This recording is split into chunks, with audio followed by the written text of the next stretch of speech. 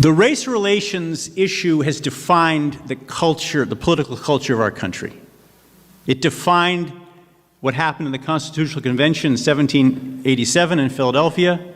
It led to the largest war, civil war, our Civil War, and it's been a continuing central issue in our country for our entire history. And we're now entering a new phase of that history in our country. And we're now listening to 4 sets of perspectives on the race issue. There's 4 ideologies in the public square. White nationalism,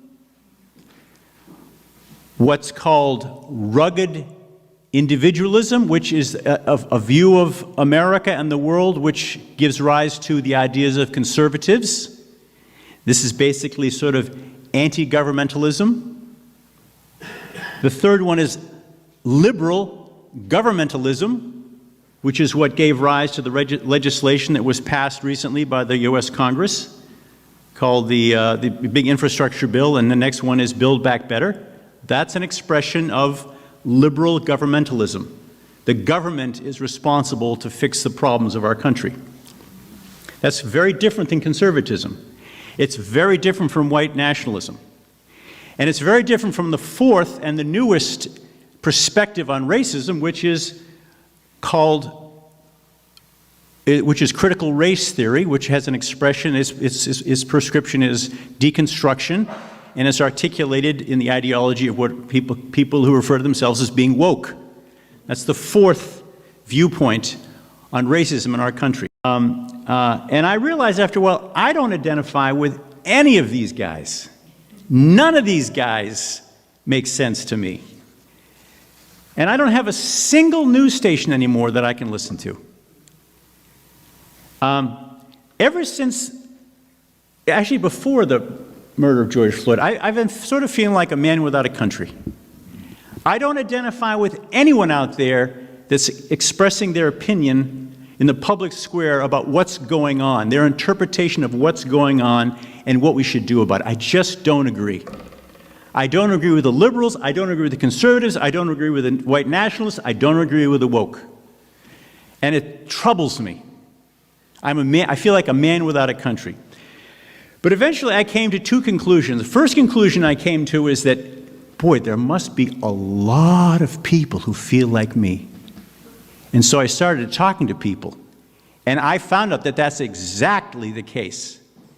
Most people are on the sidelines saying, all this stuff, it just doesn't add up.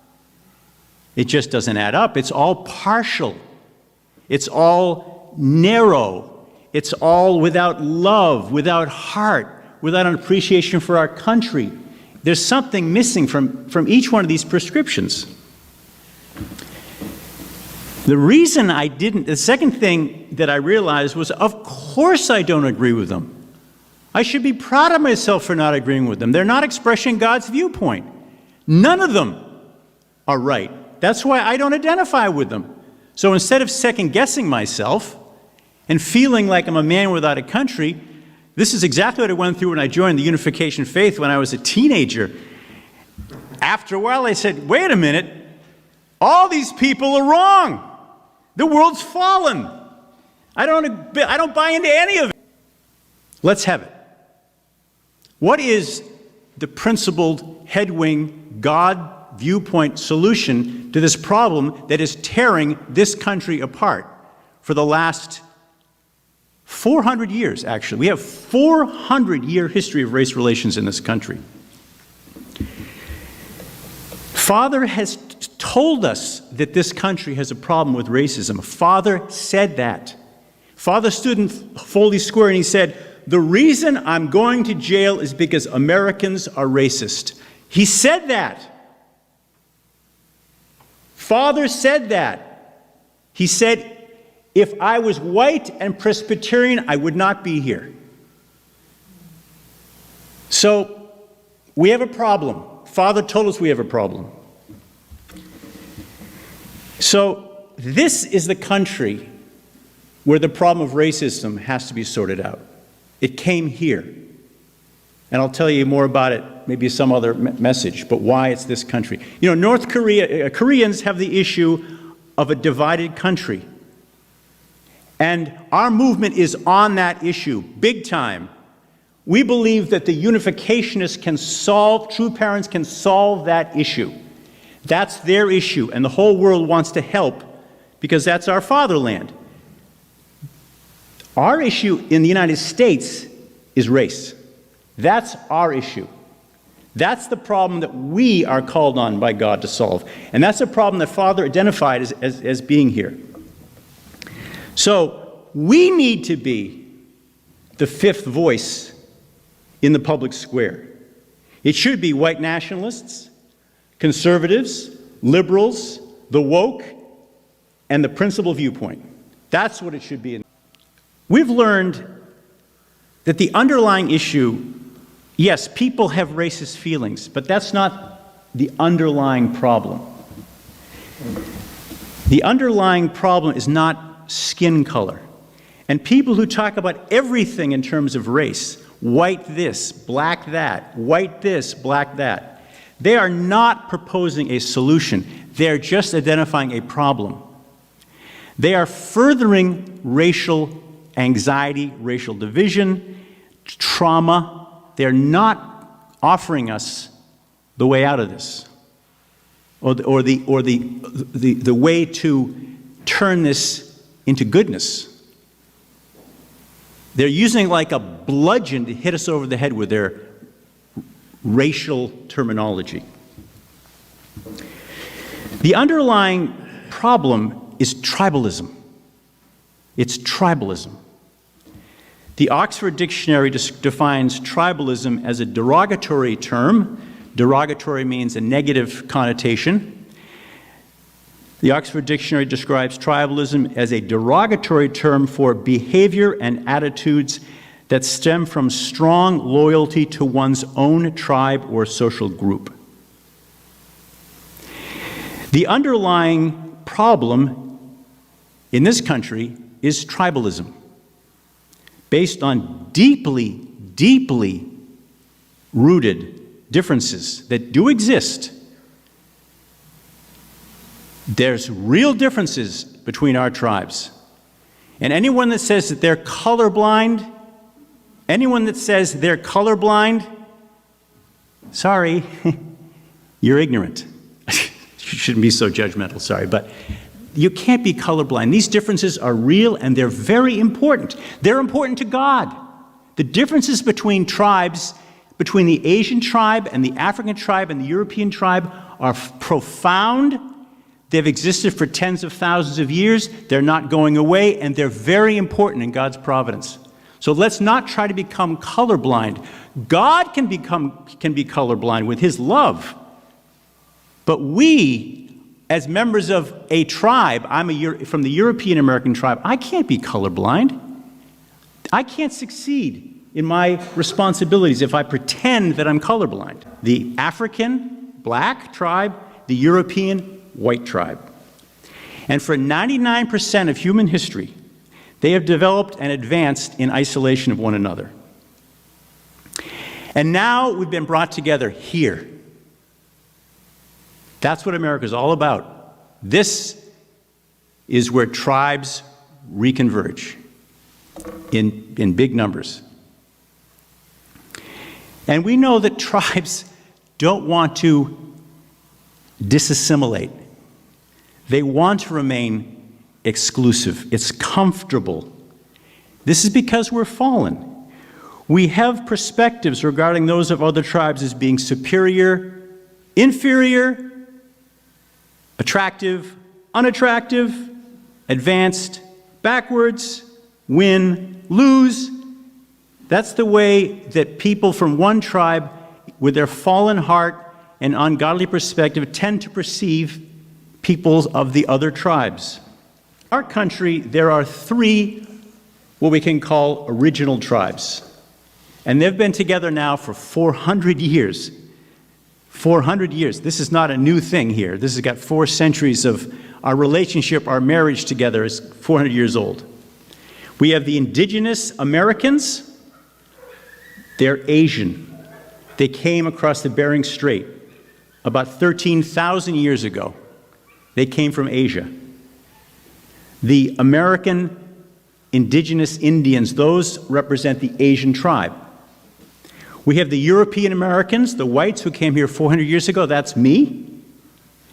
We have African slave-descended Americans. Very specifically, the key tribe in this debate are these slave-descended Americans like Edgerly, like Martin Luther King, like Reverend Darrell Clark. Barack Obama, very importantly, is not a slave-descended African American. He's an immigrant. That's a different culture. That's a different story. Those immigrants, we're so happy that they're here, but they are not part of that 400-year story. They're much more recent than that. In our unification community, we have local offshoots of these tribes. And we also, within our unification community, have to deal with the issue of the same issues of tribalism. We have not transcended tribalism. So why do we really need to go through this? Do we really have to overcome tribalism? I like my tribe. Leave me alone. I like hanging around with people who are like me. I'm no different. I'm like that. My neighborhood is almost all people just like me.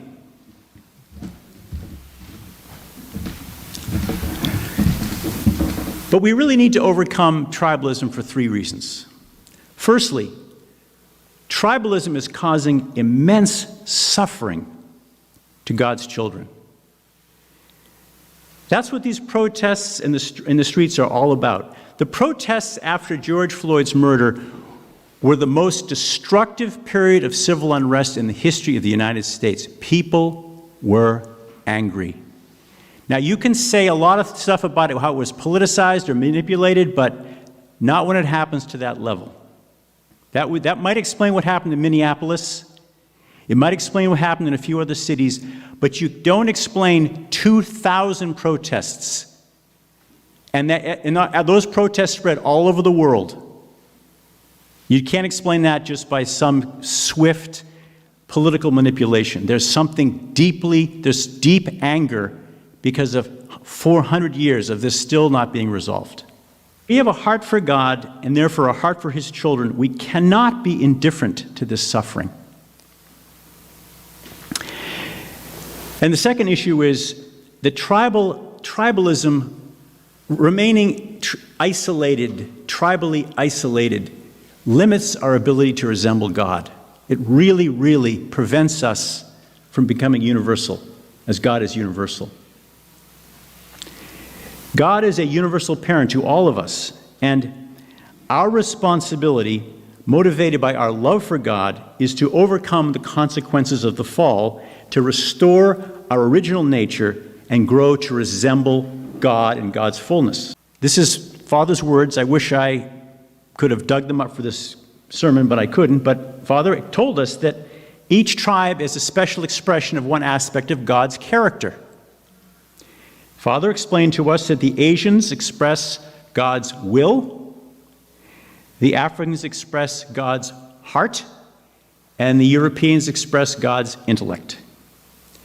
Apparently, he also has said that Asians are the Adam culture, Africans are the Eve culture, Europeans are the archangelic culture.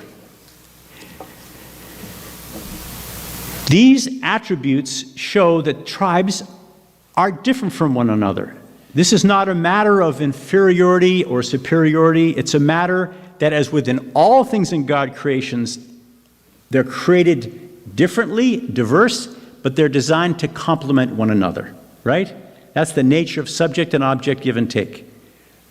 All the things in creation work as in a harmonious system in complementary relationships, and tribes have complementary attributes, not superior and inferior or any other dialectic that may be chosen. Some might say, well, I don't really have to do anything particular about dealing with my tribalism because I'm going to overcome my sense to be tribally biased just by overcoming my fallen nature. Eventually, as I remove my fallen nature, I'll gradually learn to see everyone from God's viewpoint. That is not what Father taught us. Father taught us the exact opposite of that. I know I spent a ton of time with Father. Father taught us the opposite. He said, the best way for you to learn to see from God's viewpoint and to overcome your fallen nature is to experience the heart of people who are different from you. To love those people and to serve those people who are different than you. That's how Father taught us to overcome our biases and our fallen nature.